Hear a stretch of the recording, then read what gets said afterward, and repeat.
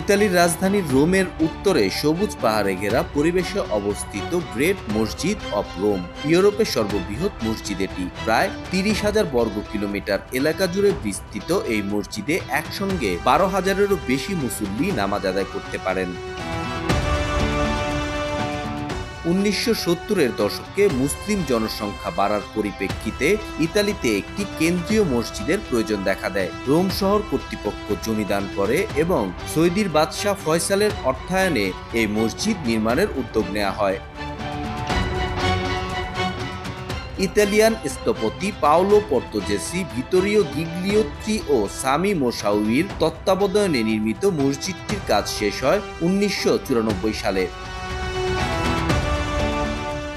মসজিদটির স্থাপত্য শৈলীতে ইসলামিক ও ইতালিয়ান ঐতিহ্যের মেলবন্ধন ঘটানো হয়েছে। এতে রয়েছে ৪৩ মিটার উচ্চ মিনার, বিশাল গম্বুজ, মার্বেল স্তম্ভ, জ্যামিতিক নকশা, ক্যালিগ্রাফি ও মোজাইক অলঙ্করণ।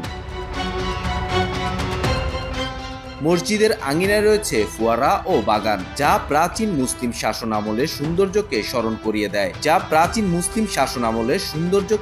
করিয়ে দেয়। ইবাদতের পাশাপাশি এটি মুসলিমদের সাংস্কৃতিক, ধর্মীয় শিক্ষা এবং আন্তঃধর্মীয় সংলাপের অন্যতম কেন্দ্র। মসজিদে রয়েছে নামাজ কক্ষ, Islamic cultural centre, conference hall, পাঠাগার ও প্রদর্শনী কক্ষ।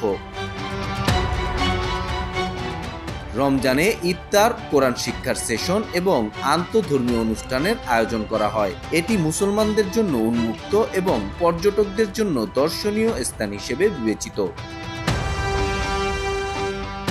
ভাটিকান শহর রোমে এই মসজিদটি ইউরোপে ইসলামের একটি শক্তিশালী অবস্থানকেই নির্দেশ করে। এটি প্রমাণ করে যে ইসলাম ইউরোপের অবিচ্ছেদ্য অংশ।